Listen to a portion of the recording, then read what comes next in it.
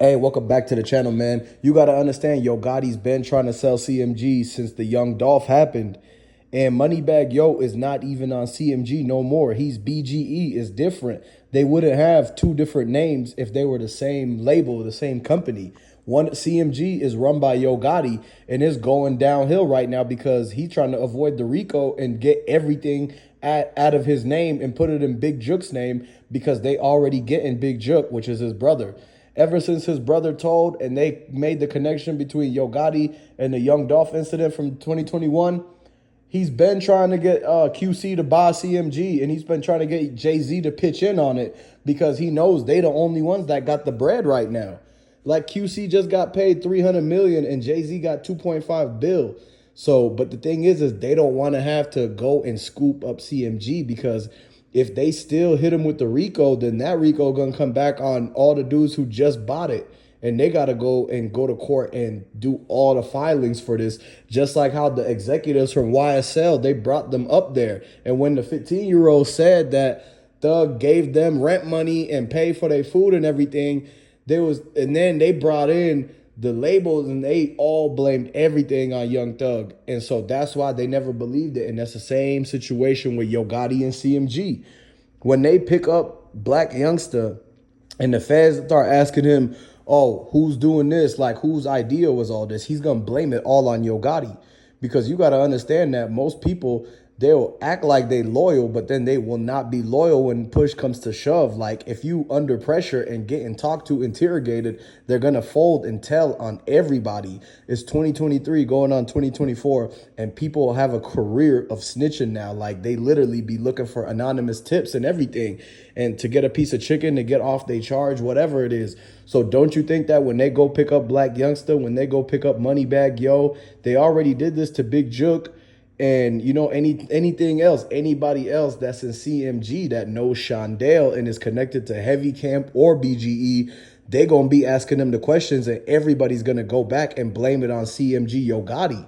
Because Yo Gotti put himself in a position where he didn't have no front man, no face of the operation for CMG. So anything that happens, any dirt they did, or if they got a Rico coming on them, or if they got beef with people and are into it with people in the streets, like Trula, Double R, and 1017, or if they go to another city, like when Yo Gotti went to Mississippi and they sprayed up his show, man. They was blowing gas at the show and everything like that. And then people had to start running.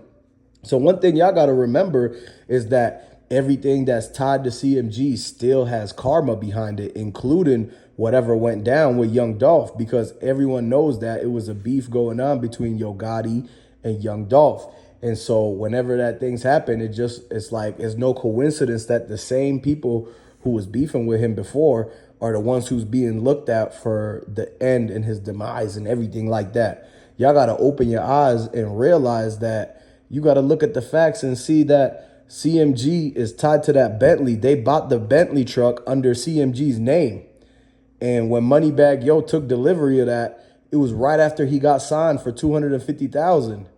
He turned around and gave that Bentley truck to his girl Ari, which Moneybagg Yo and Ari are breaking up anyways. Like they not even together. Moneybagg Yo is at his show and his concerts backstage laid up with a whole nother chick.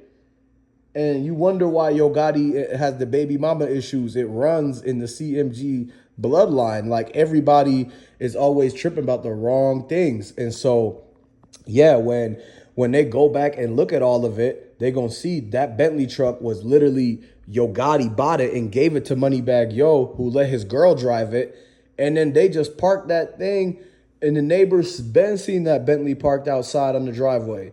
So when they seen it in the footage, in that picture that came up that MPD put out to everybody, people were like, whoa, that's so-and-so's Bentley. Like, we know whose Bentley that is. You ain't just going to try to run around and sweep that under the rug. We know exactly whose Bentley that is. They drive it every single day.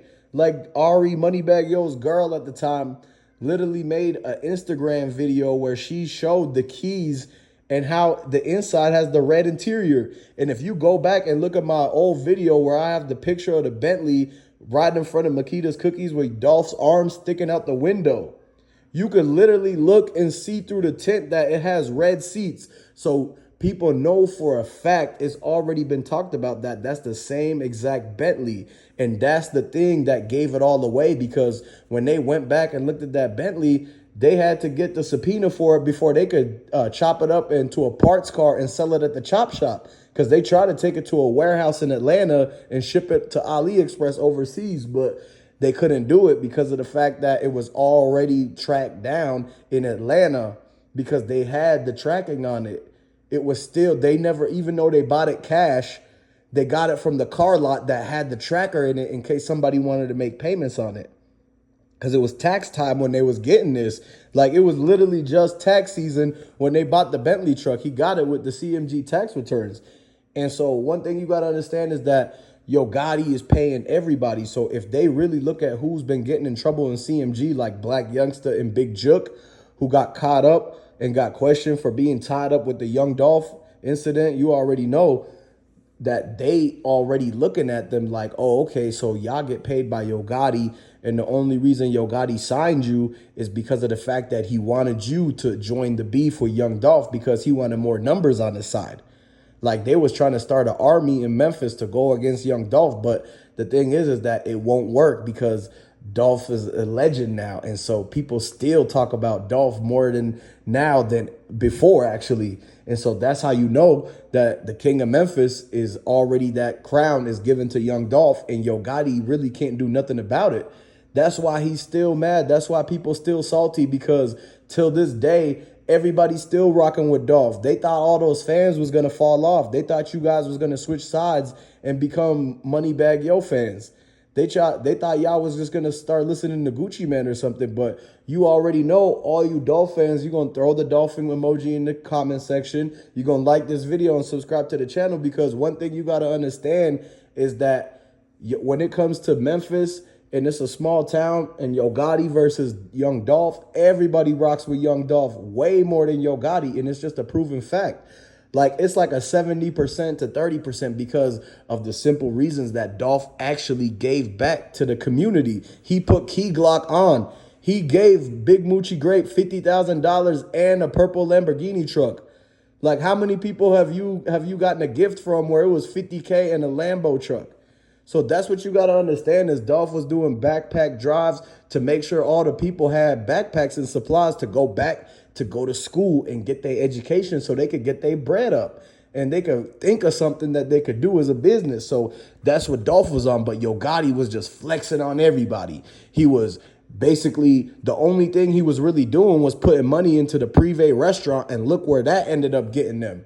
It didn't end up well for that, because he knows he should have did some type of thing to actually give back to the community, because they the ones who made sure that nothing happened to him. All those shows in Memphis people had to show up for it. All those links that they had to repost to get Yo Gotti blown up, he never gave back for that. And that's the one thing that people, they not appreciative, and that's why they get bad karma. That's why they have all these things happen to it. Plus, he was doing all the bad stuff, beefing with Dolph and everything. Is not going to end well when you go in that type of lane. That path in life is going to end very bad, basically. And so y'all got to just open your eyes and look at the facts that it's a revolving door, and that basically they was doing all the bad stuff and they never got in trouble. They never got punished for it. They just were thinking that, oh, if they could get away with it the first time and the second time, that they'll be able to get away with it all the time.